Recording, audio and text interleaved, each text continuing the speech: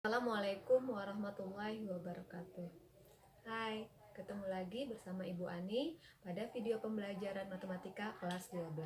Kali ini kita akan mempelajari materi statistika. Pernah dengar kan sebelumnya materi ini? Ya, pada jenjang sebelumnya, sewaktu kalian di SMP, kalian sudah mempelajari tentang pengolahan data dan penyajiannya, yang waktu itu melibatkan jumlah data yang kecil. Nah, bagaimana kalau data ini dalam jumlah besar? Pada bab ini, kita akan berhadapan dengan data yang berukuran besar. Berukuran besar di sini itu minimal terdiri dari 30 data. Kita akan mempelajari bagaimana mengolah dan menyajikan data yang berukuran besar dengan lebih efisien dan bermakna. Salah satu cara pengorganisasian data yang dapat digunakan untuk mempermudah penarikan kesimpulan adalah menyajikan data mentah ke dalam tabel distribusi frekuensi seperti ini, atau juga bisa kita memvisualisasikannya ke dalam bentuk grafik. Nah, kegunaan statistika, kalian nanti akan mendapatkan manfaat setelah mempelajari materi ini, terutama pada 4 bidang. Yang pertama, pada bidang pendidikan, kalian dapat menganalisa data siswa dan juga mengolah nilai ujian siswa. Pada bidang yang kedua, yaitu bidang perdagangan, kalian dapat menganalisa dalam proses pengendalian mutu hasil produksi. Yang ketiga, pada bidang keuangan, dengan statistika, ini berkaitan dengan perubahan harga, biaya, dan produksi suatu barang. 3. Pada bidang keuangan, dengan statistika, kalian dapat mengetahui suatu hal yang berkaitan dengan harga, biaya, dan produksi suatu barang. Yang keempat, pada bidang penelitian, di sini nanti kalian bisa menetapkan sampel, membaca data, dan membuat prediksi untuk data pada masa yang akan datang. Tujuan pembelajaran kita kali ini adalah kalian dapat menyajikan data yang diberikan ke dalam tabel distribusi frekuensi. Nah, sebelum kalian menentukan langkah-langkah untuk menyelesaikan materi kita hari ini, maka kalian amati terlebih dahulu 2 buah tabel berikut. Yang pertama, ada tabel distribusi frekuensi dengan banyak kelasnya ada 7. Dan yang kedua, ada tabel distribusi frekuensi dengan banyak kelasnya ada 8. Kedua tabel ini berasal dari data yang sama, yaitu data usia 80 orang pengusaha saat memulai usahanya. Seperti pada data di atas. Setelah kalian mengamati 2 tabel tadi, perbedaan apakah yang kalian temukan?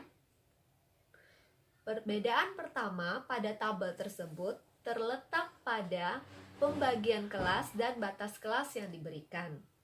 Berdasarkan hal ini, untuk menghitung frekuensinya, adakah kalian mengalami kendala? Tabel manakah yang sebenarnya sesuai untuk digunakan? Baiklah, kita pahami langkah-langkah untuk menyajikan data ke dalam tabel distribusi frekuensi berikut ini. Dari sekumpulan data ini akan kita sajikan ke dalam tabel distribusi dengan langkah-langkah sebagai berikut. Yang pertama, tentukan data terkecil dan data terbesarnya. Kita bisa lihat dari data itu, data terkecilnya adalah 16 dan data terbesarnya adalah 40. Langkah yang kedua, menentukan jangkauan. Di sini diberi simbol J. Rumusnya adalah data terbesar dikurang dengan data terkecil. Maka jangkauannya sama dengan data terbesarnya adalah 40 dikurang 16 data terkecilnya, hasilnya 24. Yang ketiga, tentukan banyaknya kelas dengan aturan Sturges, yaitu 1 ditambah 3,3 log N. N di sini adalah banyak datanya, yaitu 80. Sehingga 1 ditambah 3,3 log 80 itu adalah 1,9, sehingga menjadi 1 ditambah 6,28 menjadi 7,28 dan dibulatkan menjadi 7. Langkah keempat, tentukan panjang kelas. diberi simbol P, rumusnya adalah jangkauan per banyak kelas. Jangkauan pada poin 2 tadi didapatkan 24 dan banyak kelas pada poin 3 didapatkan 7. Sehingga 24 bagi 7 adalah 3,42 dan dibulatkan ke atas menjadi 4. Langkah yang kelima, buatlah tabel distribusi frekuensi. Di sini kita pilih ujung bawah kelas atau tepi bawah kelas pertama adalah data yang terkecil. Data terkecilnya adalah 16 hingga 16 sampai dengan 19. Kenapa 16 sampai dengan 19? Karena panjang kelas yang kita pilih tadi adalah 4. Frekuensi ini kalian lengkapi dengan mengisi batas kelasnya. Untuk batas kelas yang pertama, di sini adalah 15,5 sampai dengan, kita lihat panjang kelasnya, yaitu 4, berarti 15,5 ditambah 4, itu adalah 19,5. Kemudian untuk batas kelas yang kedua, di sini ujung bawahnya kan 20, berarti batas kelas untuk kelas yang kedua ini adalah 20 dikurangi 0,5, atau di antara 19 dan 20. 19 tambah 20 dibagi 2. Sehingga di sini didapatkan adalah 19,5 sampai dengan 23,5. Untuk batas kelas yang ketiga, 23,5 sampai dengan 27,5. Begitu seterusnya. Masukkan data ke dalam tabel distribusi frekuensi, maka satu persatu data ini kita masukkan ke dalam kolom turus. Misalkan kita mulai dari angka 18. 18 ini dia akan masuk di kelas yang pertama, sehingga muncul di sini satu buah turus. Berikutnya, untuk angka 24, ini akan masuk ke kelas yang ketiga, karena rentangnya 24 sampai 27, muncul satu turus di sini. Berikutnya 19 kembali masuk di kelas yang pertama, kemudian 28 akan masuk di kelas yang keempat.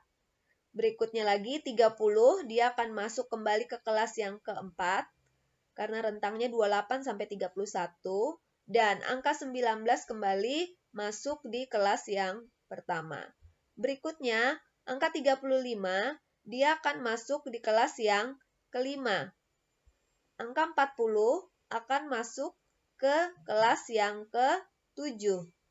Angka 23 dan angka 21 ini masuk di kelas yang kedua. Nah, untuk baris yang kedua sampai dengan seterusnya, kalian ulangi langkah seperti tadi, masukkan angka-angka ini sesuai dengan kelasnya, dan tambahkan tanda turus di sini. Apabila sudah selesai, kalian hitung turus yang ada di kelas pertama ini, jumlahnya berapa, dan kalian tuliskan di kolom frekuensi. Begitu juga untuk kelas yang kedua, kalian hitung turusnya ada berapa, dan jumlahnya kalian tuliskan di kolom frekuensi pada kelas yang kedua. Begitu juga untuk kelas ketiga, 4, 5, 6, dan 7. Setelah kalian selesai, kalian boleh menuliskan tabel distribusi frekuensi hanya berbentuk dua kolom seperti ini. Ada kolom untuk kelas dan kolom untuk frekuensi. Secara lebih ringkas tampilannya nanti seperti ini. Silahkan kalian lengkapi ya. Selamat mencoba. Demikian video pembelajaran kita kali ini yang berkaitan dengan materi penyajian data ke dalam tabel distribusi frekuensi. Mudah-mudahan bisa dipahami, dan yang sudah paham mudah-mudahan selalu ingat langkah-langkahnya. Semoga apa yang kita lakukan ini mendapat ridho dan berkah dari Allah Subhanahu wa Ta'ala.